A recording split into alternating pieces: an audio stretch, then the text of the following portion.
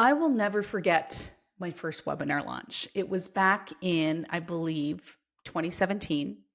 And I had been working with this coach. Her name was Kaylee. And I remember leading up to this launch, she kept telling me about all the success her clients were having.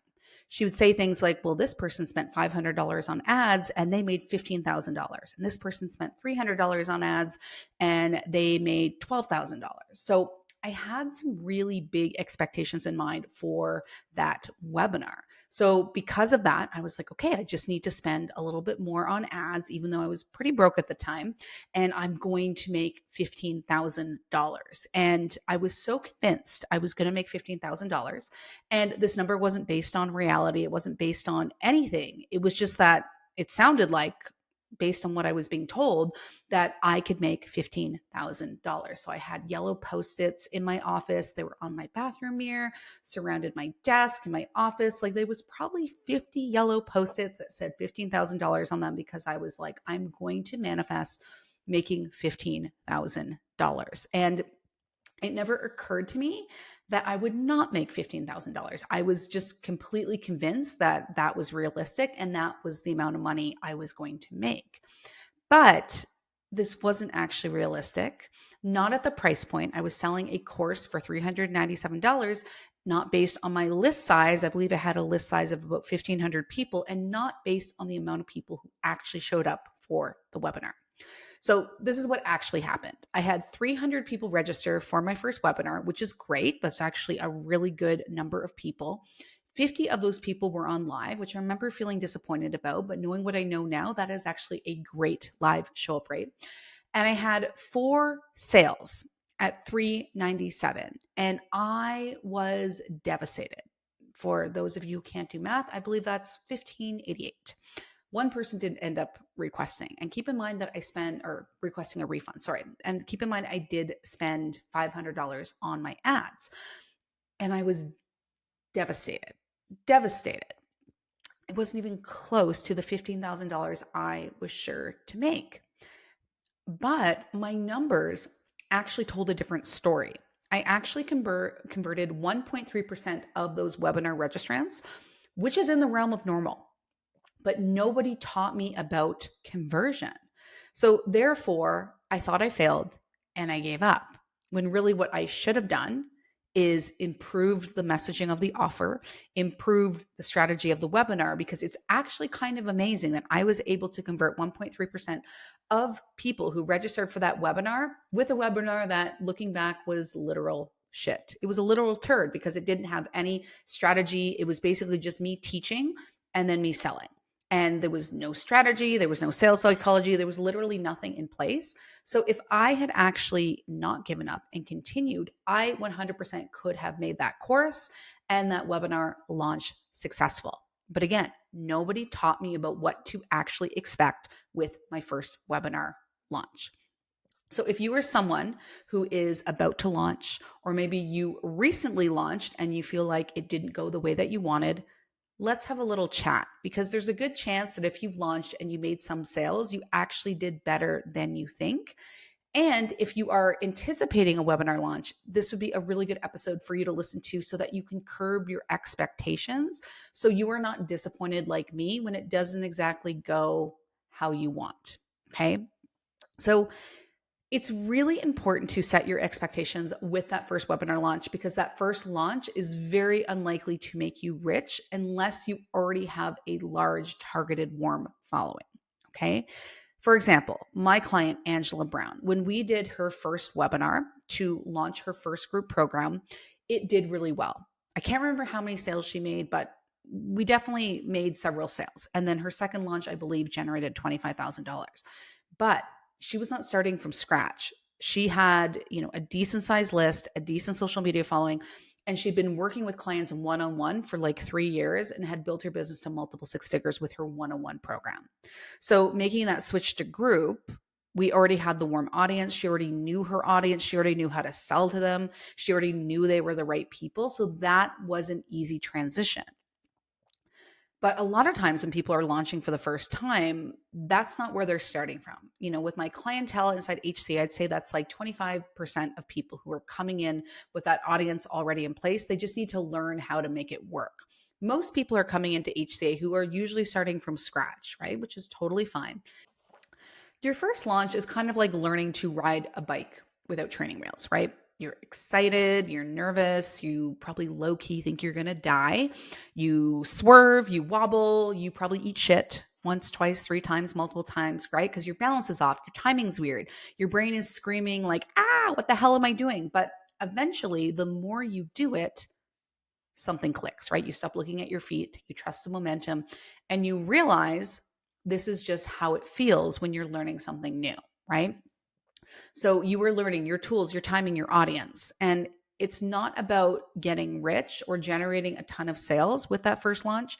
It's actually about gathering data, right? It's about learning how your messaging is going to land with your audience, how your strategy is going to land with your audience, and figuring out what is needed moving forward.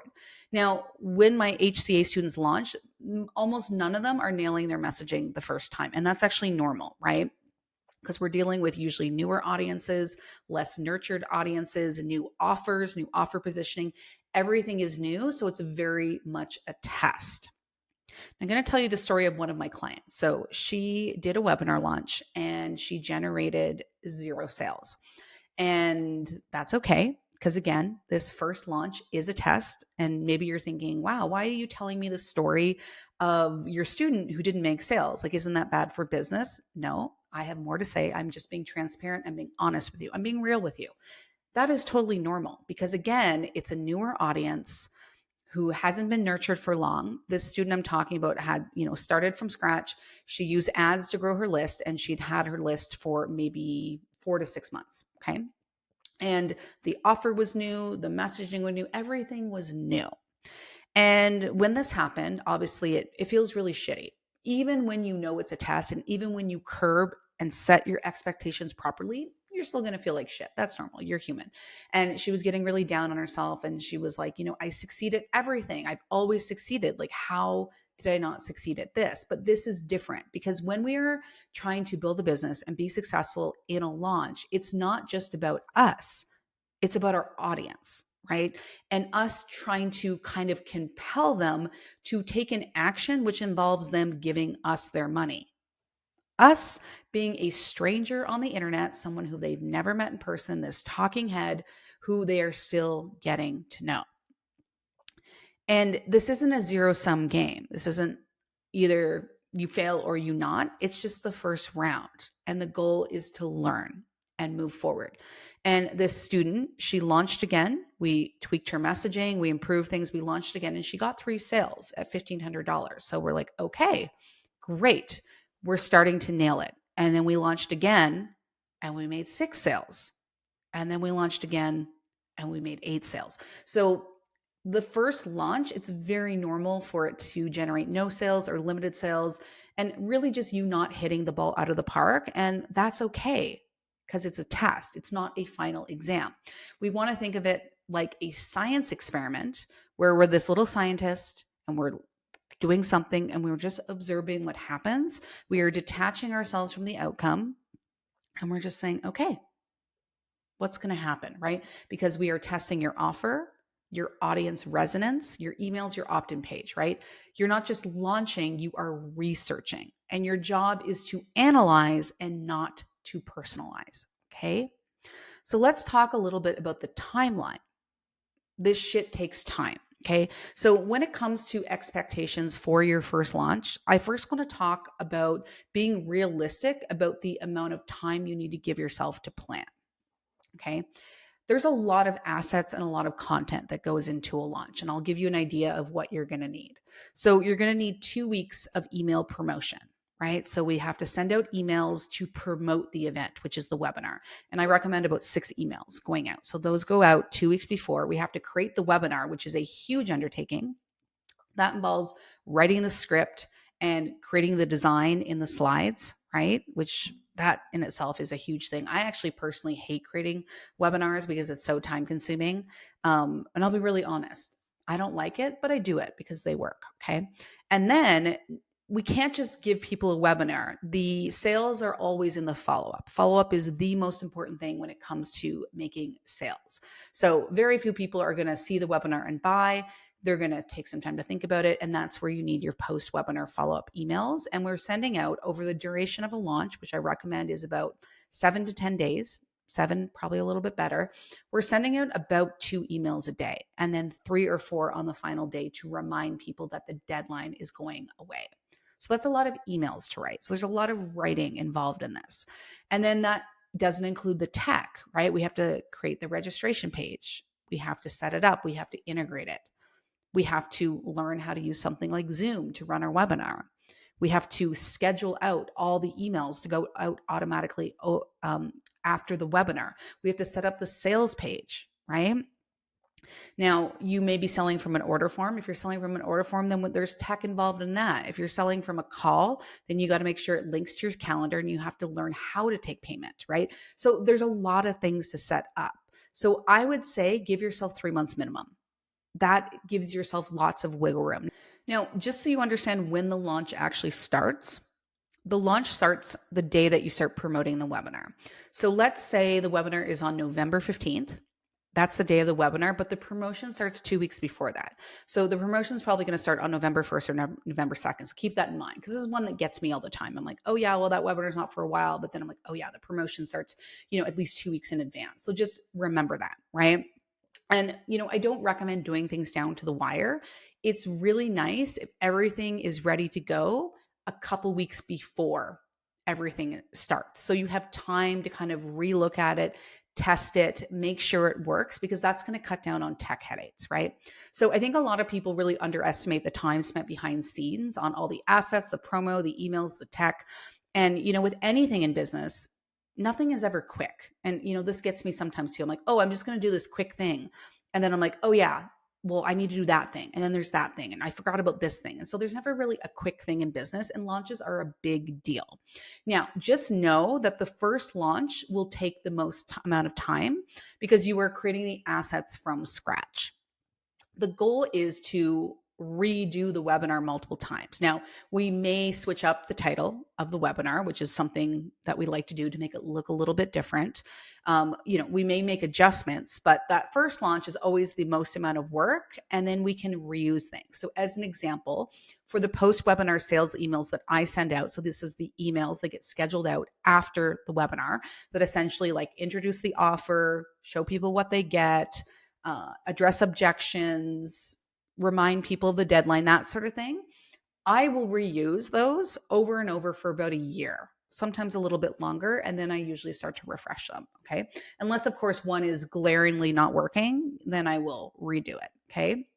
You just don't want to be winging it because it's very stressful when you start promoting something and it's happening and you don't want to be working down to the wire. So I recommend giving yourself lots of time and knowing that when you do it again, it won't take you as much time. So as an example, at the time of this recording, I recently did my 4-day challenge in mid-September, beginning of September, and I'm going to do my challenge again in the middle of November. It only took me probably about a day to get ready for the next event because I'm not creating it from scratch. I'm rinsing and repeating. So all I need to do is go over the emails. I need to look at analytics, see if I need to try some new subject lines. I need to change dates, that sort of thing. And really there's just a few changes that need to be made, and then we're essentially ready to go. Because I'm not making a lot of changes to that challenge. At this point, I've probably run it 6 or 7 times and it works. People love it. People love the value they get. And it makes sales. So I'm not making a lot of changes to it at this point. Okay. So know that it's this first one that really involves a lot of the labor, and then it gets less as time goes on. Okay. Okay. So remember that promotion is really important, right? Your emails that you send out actually matter more than your social media because your list is your most valuable asset, right? You have a better ability to communicate people with an email, higher open rates, basically when you send an email, it will land in someone's inbox at the time you send it. Obviously, it could end up in spam or Gmail promotions, but there's things that we can take to make that less likely. So remember, when that promotion starts 2 weeks out, you want to make sure that you are sending a minimum of 5 emails. I would not send less than 5 emails. Okay. Now, with the promotion, it's very, very easy to get really stressed out when you feel like people aren't signing up. I'm talking to myself too, because even after all these years of launching, I sometimes still do this. Okay. So know that the people, it'll sort of trickle in, and you could be a week into promotion and you may not have a lot of people. People really, really need deadlines to take action. So a lot of people will actually sign up in the day or two leading up to the event. Okay, just keep that in mind. People are like, oh, that's happening tomorrow, I'm in. Oh, that's happening in an hour, I'm in. Okay, so just know that, right? So don't pay attention too much to the amount of people that are signing up, because a lot of times it will happen at the end. Now, what you do want to pay attention to, and I'm a total broken record with this, but this is so important. So important. And most first time launchers do not do this.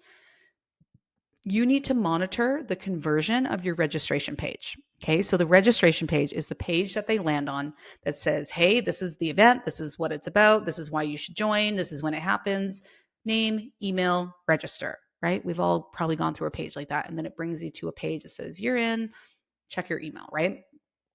The conversion is the percentage of people who are saying yes versus who is saying no. Okay.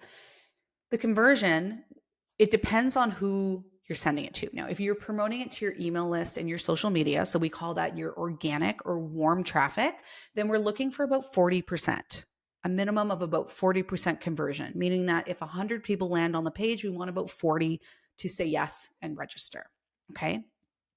You need to check the conversion every single day of the promotion. Now, we are not looking at it day by day. We're looking at the average, right? Because sometimes, it goes down a little bit over the weekend and then it kind of goes up a little bit during the week, right? So any funnel building software, you should be able to get the conversion when there's a form. And let's say you go in there and maybe it's been like 3 days. So, a decent amount of people have seen the page. Any software will tell you unique views, which is the number of people who land on the page counted once. So that means if I check out your page 3 times, I'm still being counted as one person. That's unique. So really important. And, if only like 4 people have landed on the page, okay, that's fine. And maybe that's because we've only promoted it to our social media and our list promotion hasn't gone out yet, right? But keep that in mind, okay? Because if we go in, maybe it's been 3 days and maybe 100 people have landed on the page and only 20 people have opted in, which means that the conversion is 20%. We need to make changes on the fly to the page, okay? And this is usually pretty simple. You don't want to make a ton of changes at once, but maybe just one change. Sometimes it's just about, well, let's switch up the image. Instead of an image of me, let's do like a mock-up of the webinar, or let's just switch up the headline or something like that. And then you need to wait.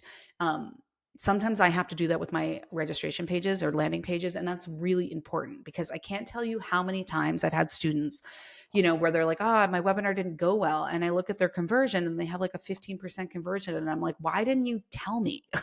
And I have this in multiple places in the course, like, please reach out to me, like keep me posted on your conversion because I can jump in and help you. And we can take that conversion from 15% to 40, like no problem. I usually can figure out what we need to change. Okay. But again, it's all a test. So it's normal that maybe you don't have a good conversion right off the bat. Now, once you've been doing this for a while, I typically know what is going to get a good conversion. Like I can make a page and 9 times out of 10, I'm going to have good conversion because I know what makes a good converting page because I know my audience, right? But even when you have me as a coach, again, it's a test. I don't know your audience, right? Like I'm not your target audience. So we're going to do the best to make you a good landing page, but we really need to test it to see if it's going to resonate, right?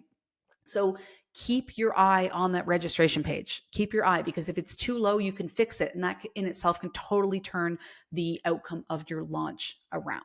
Okay. So just keep that in mind. Okay.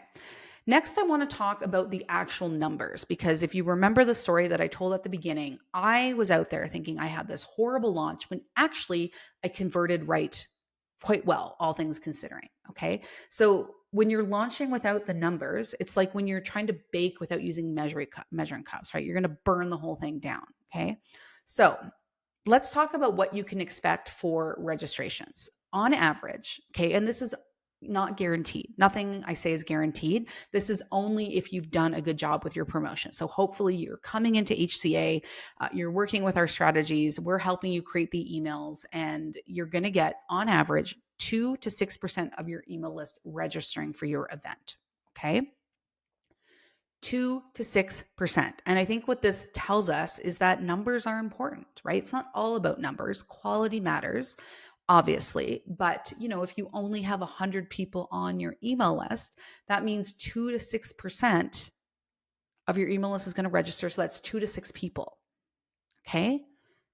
So if you were to get 10 people and be like, that sucks, I only got 10 people, that would actually be amazing. Okay. So this is really important. And so you can use these numbers to really plan out when might be a good time to launch. We typically recommend that our students don't launch until they have at least 1,000 people on their list. Okay. Now, pretty quick to do that when you're using meta ads. But again, it's not just about numbers, it's about the quality. Sometimes those people won't be ready. Like maybe this is a very new list and they're just getting to know you and then you launch. And so it may have nothing to do with it being a bad quality list. It might just be that they're just not quite ready yet because they don't quite trust you yet. Okay. So just keep that in mind. Okay. So if you are getting 2 to 6% of your list to register for an event, you're doing well. And over time, you can start to collect this historical data. And you will start to get a sense of, on average, how many people tend to register. So for me, it's pretty consistently around 4%. Sometimes it's 3.5, sometimes it's 4.5, but generally it's 4%. So for me, I generally know how many people are going to register because I have that historical data, right? If you looked at my Excel spreadsheet, it shows like 50 launches. And so we can collect averages over time. So I know if I want to get more people to the event, I either need to spend more money on ads or I need to build my list bigger. Okay. Okay. All right. And then we know that about 2 to 6% are going to register. Again, only if we've made sure the conversion of a registration page is good. Again, 40% and above. Okay. Now, in terms of who is going to show up live, a good show up rate is about 20 to 25%.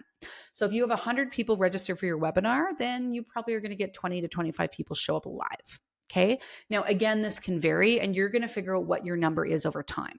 When I teach events in regards to business, I typically have about 25% of people show up. When I do things on the other side of the business for HTML expert, I usually have about a 35 to 40% live show up rate. Okay. Just, people are much more jazzed to learn hair tissue mineral analysis than they are to learn business for whatever reason. Okay.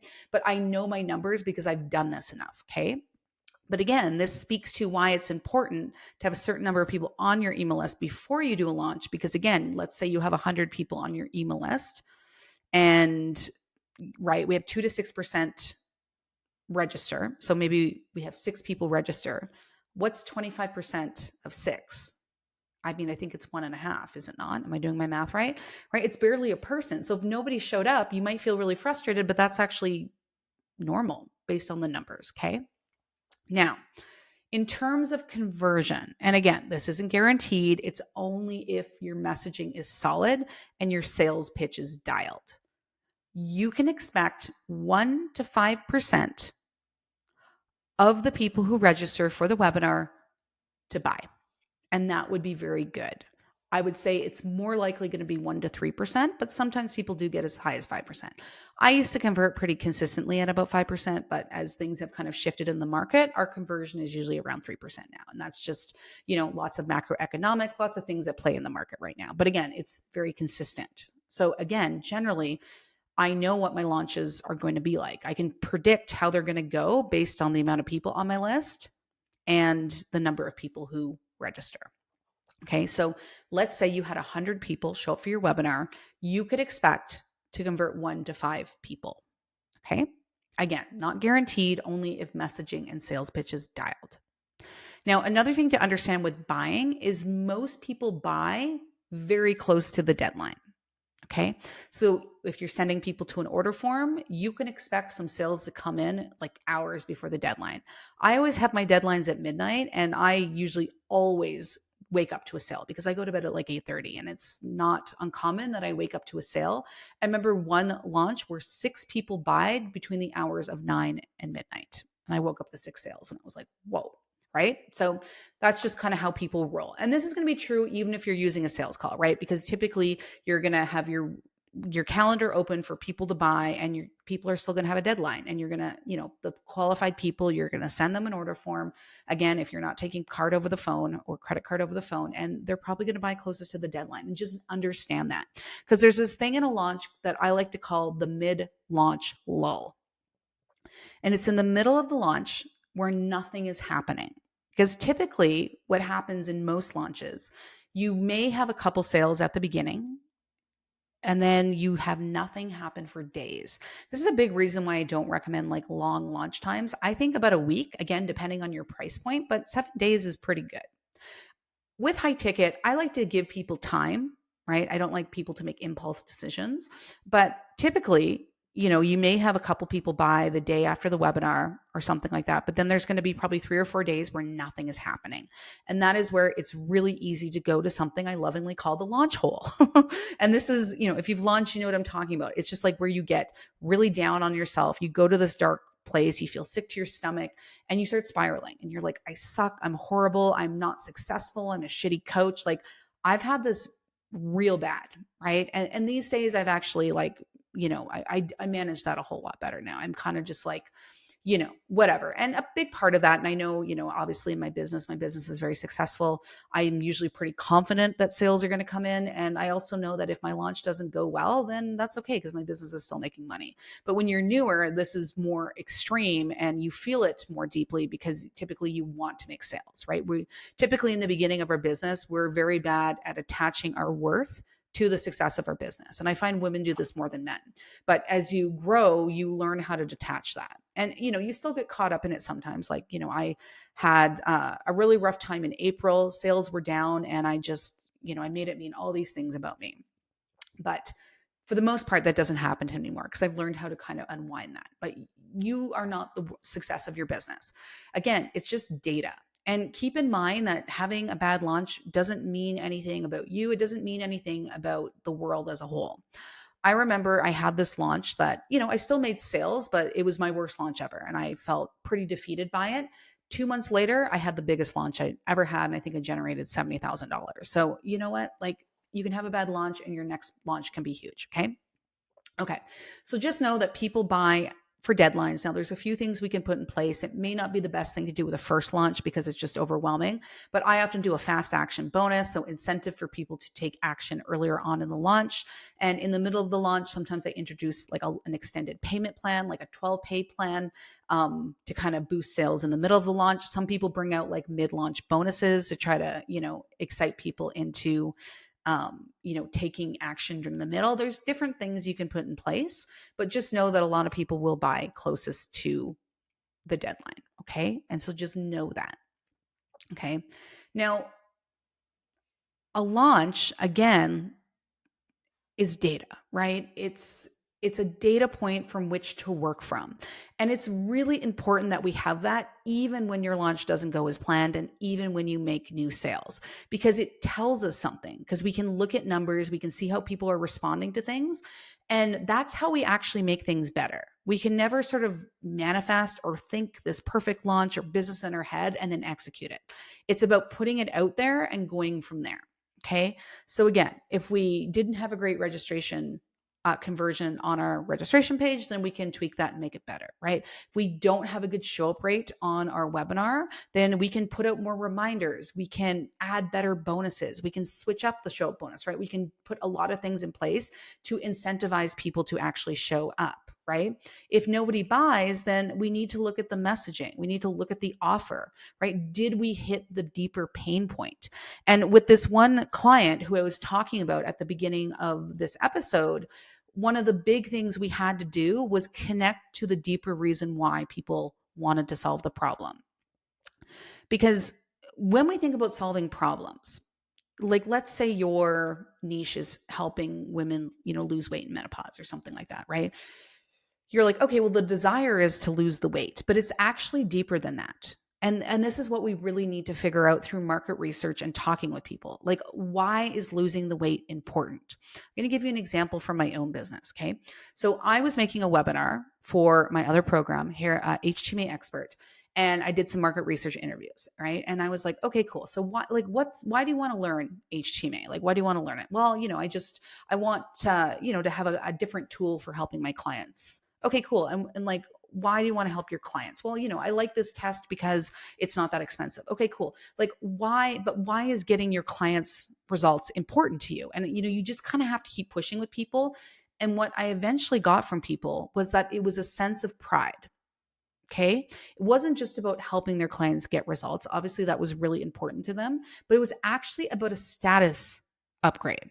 It was about this deep sense of pride, knowing that they were actually contributing positively to the world. And it was this deep sense of pride, knowing their business was successful because they were helping people. So that's actually the deeper desire. And so where a lot of health coaches go wrong is they're like, well, the deeper desire is to lose weight. Okay, well, the deeper desire is to clear up their acne, but it's actually more than that. And we need to go deeper and actually determine what the deeper underlying desire is. And that can literally be the difference between making sales and not making sales. Okay. And so with this student, that's exactly what we needed to do. And sometimes that doesn't happen right away, and that's okay. It's all a normal part of the process. We get that data and we're like, this didn't connect. I think we need to go deeper. Okay. So with a launch, just know that it is an emotional roller coaster. There's a lot of work that goes into it. And it can feel really, really uncomfortable when it's happening. And you could be really disappointed when you don't get sales, but that is okay. Just know that it's just a part of the process. You're not broken. You're just building something. And a launch, whether it's successful or not, is just the beginning. It's not like you launch once and you say, well, that wasn't successful. I suck. That's the worst thing you can do. And that's what I did. So I'm not shaming you if you've done this, right? The worst thing you can do after an unsuccessful launch is to just give up rather than look at it and figure out like what went wrong, what do we need to go better, let's do it again, and let's keep doing this. My most successful events I've done multiple times, right? The first webinar that I did for my business, I probably did it 50 times, and it didn't take me 50 times to make sales, but I did it over and over and over again. Okay. Because that first webinar launch is really just like the first date. It's going to be awkward, sweaty, but it's also necessary if you're going to have that deeper relationship. And it's necessary if you're going to set up consistent sales in your business, right? Just remember, you are learning about how to talk about your offer. And that is a skill that takes practice. You're refining your message, and messaging is ongoing. We don't just get our message and move on. Like, we're always refining it. You're building confidence, right? And next time you're probably going to do better if you stick with it. Okay. So if this episode has you realizing, well, shit, I need a real plan, then this is what we actually do inside HCA, right? We help you sell your program using webinars and other strategies. We help you message your offer. We help you properly communicate your offer. We give you the exact webinar strategies, assets, templates, and feedback that you need to launch. And so if that sounds like something you are interested in, you can apply to work with me in HCA, and I'll just make sure that link to apply is in the show notes for this episode. All right, my friend, I hope you found this insightful. I will see you next Monday, same time, same place, where I help you become wealthy AF.